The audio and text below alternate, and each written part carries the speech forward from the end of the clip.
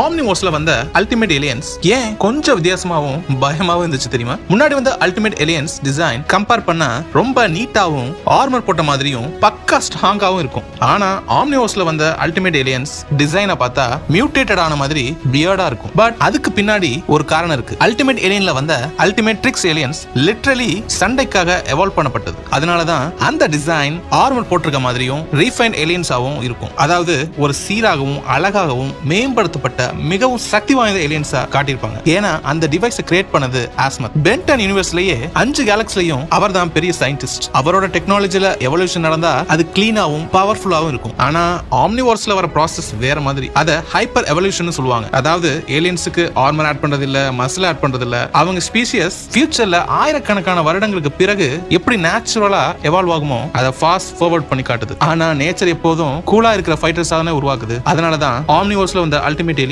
கொஞ்சம் ஸ்ட்ரேஞ்சாவும் மியூட்டேட்டட் ஆன மாதிரி இருக்கும். இதுல உங்களுக்கு எந்த அல்டிமேட் ஏலியன்ஸ் உங்க ஃபேவரட்னு கமெண்ட் பண்ணுங்க.